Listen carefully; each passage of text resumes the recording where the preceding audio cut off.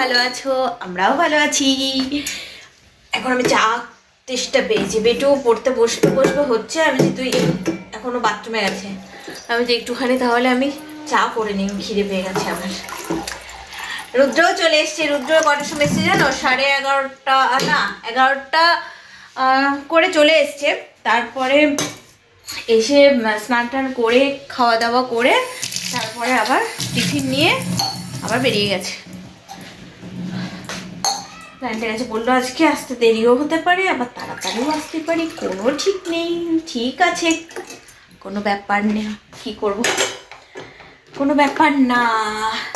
এবার একটু একটু ঠান্ডা ঠান্ডা করছে, সন্ধ্যের দিকে না একটু একটু ঠান্ডা ঠান্ডা করছে, সকালের দিকেও করছে আর সন্ধ্যের দিকে করছে। রে বাবা, চিনিও শেষ হয়ে গেছে, চিনি ঢালতে হবে, ঢেলে রাখতে হবে। আজকে রুদ্র কখন আসবে এই আসছে, এরকম করে না আমি কি করবো কিছু বুঝতে পারছি না, স্নানও করতে পারছি না।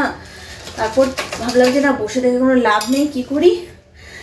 গাছগুলো অনেকদিন থেকে গাছগুলো সব শুকিয়ে গেছিলো, মানে যে গাছগুলো শুকিয়ে, শীত তো ভালো করে পড়লো না, যে শীতের গাছগুলো শুকিয়ে গেছিলো, এমনি গাছের অনেক পাতা শুকিয়ে গেছিলো, সেইগুলোকে সব আজকে কেটে, যেগুলো এবার গ্রীষ্মকালে ফুটবে সেগুলো ডালপালা সব কেটে ছেটে ঠিক করলাম। এবার সানডেতে গিয়ে 2-3টে গাছ নিয়ে আসবো আর গাছের সার নিয়ে আসবো। এবার গ্রীষ্মকালে যে ফুলগুলো ফুটবে যে গাছে, সেই গাছগুলোকে এবার একটুখানি বেশি পরিমাণে যত্ন করতে হবে, সেই কারণে করলাম আজকে। হ্যাঁ, হে ভগবান, হ্যাঁ করো করো। হ্যাঁ, আর এই যে 1 বাটি চা আর বিস্কিট খেয়ে নি, চলো।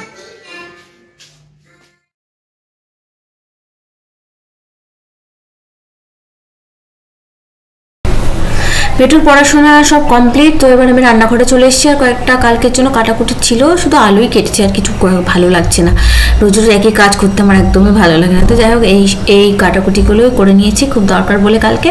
আর বেটু পড়া হয়ে গেল বলে খেলতেও চলে গেল ওই দিক দিয়ে। আর হাওড়া থেকে না আমি 2টো টিফিন বক্স, মানে আগেই যখন আমি গেছিলাম তখনই নিয়ে আসবো ভেবেছিলাম, কিন্তু ভুলে গেছি। আর এবারে যখন রুদ্র গেল না, তখন এই দেখো এই 2টো টিফিন বক্স নিয়ে আসতে বলেছিলাম।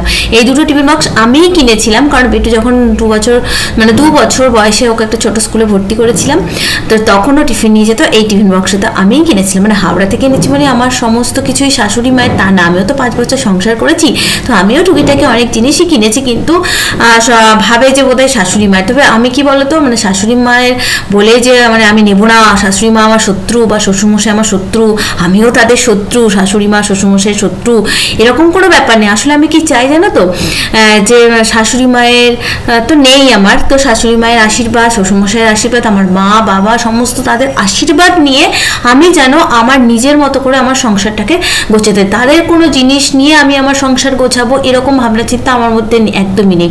আমি কষ্ট করে একটু একটু করে সঞ্চয় করে কষ্ট করে এক একটা জিনিস করব, এটা আমার ইচ্ছে। মানে তাদের হাত আমার মাথার উপর থাকুক, শাশুড়ি মা শ্বশুরমশাই আমার বাবা মা, তাদের আশীর্বাদের হাত আমার মাথার উপর থাকুক, আমি এটাই শুধুমাত্র চাই। আর আমি কোনো জিনিসই শাশুড়ি মায়ের বা নিতে চাই না। তবুও আমার মায়ের কিছু জিনিস আমি এনেছি, মাও এখন আমাকে হাতে করে দেয়, সেই জন্য হয়তো নিয়ে চলে আসে। হয়তো শাশুড়ি মা বেঁচে থাকলেও হয়তো সেটা হয়তো করতো আমাকে, যে না এটা তোর দরকার নিয়ে যা।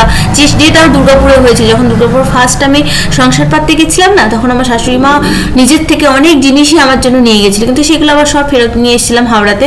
তো এখন আমি সত্যিই চাই না আমার মানে আর কিছু নিতে, তাদের আশীর্বাদ আমার মাথার উপর থাকলেই আমি জানবো আমি সব কিছু করতে পারবো, শুধু এটুকুই যে। আর এটাই আমি এখানে বলছি, কিন্তু আমার কি হচ্ছে আমি বুঝতে পারছি না। মাঝে মধ্যেই না ফোনটা এরকম ডিস্টার্ব করছে, হয়তো ফোনটারও মানে টাইম শেষ হয়ে গেছে, সেই কারণে হয়তো এটা হচ্ছে। তো সেই জন্য আমাকে আলাদা করে ভয়েস দিতে হচ্ছে। আর রুদ্র এখনো আসেনি, তবে আসছে, চলেও আসবে। আর এখানে দেখো এটা আমি মেলা থেকে কিনেছি, খুব দামি একটা ফটো ফ্রেম, না কম দামি, কিন্তু দেখতে পেলাম বলে কিনলাম। কিন্তু এখানে রেখেছি, এখানে রাখলে না ঠিক হবে না, এটা এখানে কোথাও একটা তুলে রাখতে হবে, কারণ এখানে তো বাসন টাসন দেওয়া হয়, জলের ছিটে মায়ের গায়ে লাগতে পারে, সেই জন্য পরে তুলে দেবো।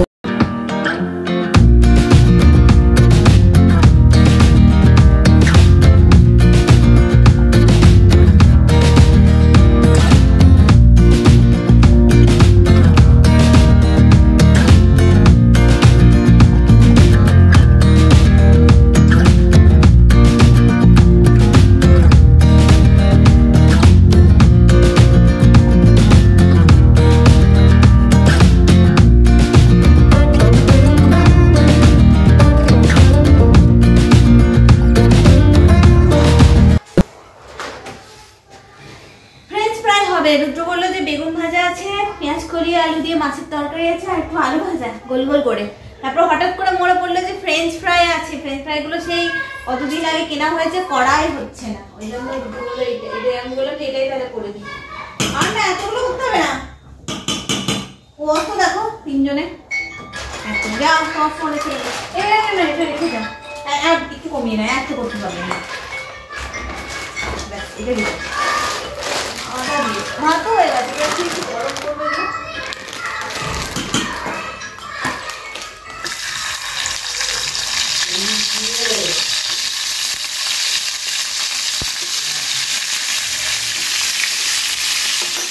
ফ্রেঞ্চ ফ্রাইয়ের অবস্থা দেখো একদম জন্ডিস হয়ে গেছে, অনেক দিন আগে কেনা, এটা ফ্রিজে থেকেই যায় আর খাওয়াও হয় না। আর এবার যখন বাড়ি গেছিলাম তখন আমাদের ফ্রিজ বন্ধ থাকবে, এবার রাজাদের ফ্রিজে রেখেছিলাম। এবার রাজার মা তো জানে না আমাদের এখানে কি আছে, বুঝতে পারেনি, নর্মাল ফ্রিজে রেখে দিয়েছে, আমরা তো ডিপে রাখি, একটু ঘেটেই গেছে আলুগুলো, দিয়ে দেখো এই জন্ডিস হয়ে গেল পুরো। তাই রুদ্রকে বলছি এটা একদিন ছাড়া ছাড়া করে খেয়ে নিতে হবে, আলু না বেশি খাওয়া তো ঠিকও না আমাদের। আর আজকে হচ্ছে বেগুন ভাজা, এই যে বেগুন ভাজা, আর হচ্ছে পেঁয়াজ কলি দিয়ে, এটা একটু গাদো গাদো করে করেছি, কারণ বেশি টাইট হয়ে গেলে একটু আবার খেতে অসুবিধা হবে বললাম, সেই কারণে। এই হচ্ছে আমাদের আজকের ডিনার। এখানে আমার রুদ্রদাস বসে আছে, দেখো বসে আছে, দুদিন পর এসেছে, দুদিন পর। আমার এই দাড়িতে হাত দিতে আমার খুব ভালো লাগে, এটা যে চুচু দেয়। চলো এবার বেটুকে খাইয়ে দেবো, ভাত হয়ে গেছে, বেটুকে এবার খাইয়ে দিই, তারপরে আমরা খাবো।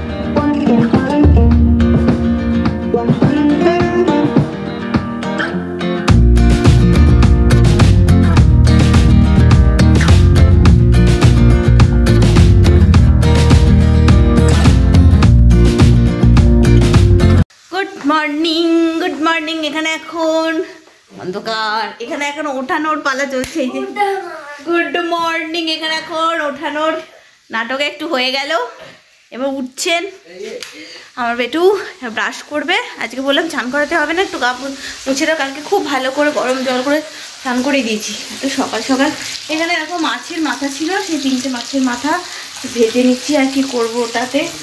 আর এখানে তো বেটু স্যান্ডউইচ বানাবো, মশলাটা করে রেখেছি, এক্ষুনি বানাবো।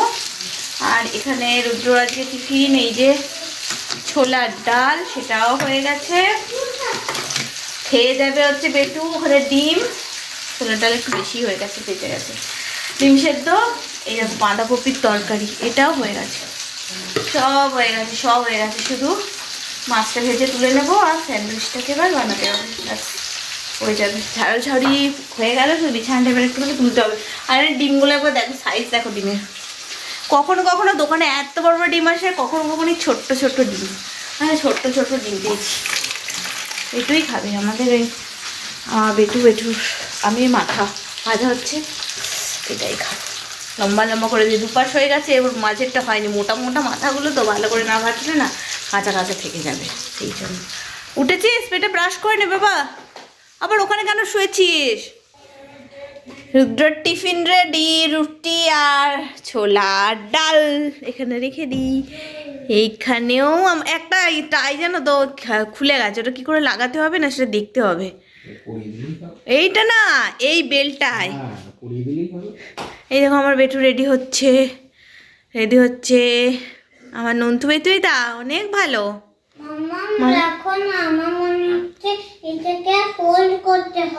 ফোল্ড করতে হবে না, দেখেছো কতটা বড় হচ্ছে।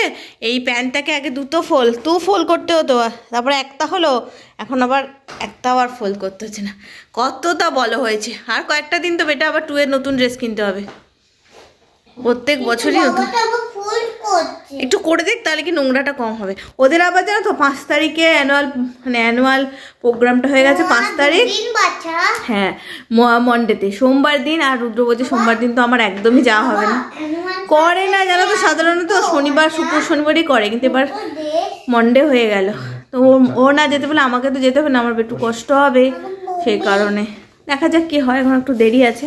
চলো আজকের মতো এই ভিডিওটা এখানে শেষ করছি। খুব তাড়াতাড়ি নতুন ভিডিওর সঙ্গে নিয়ে চলে আসবে প্রিয় মা। ততক্ষণের জন্য সকলে সুস্থ থেকো, ভালো থেকো, টাটা, বাই বাই।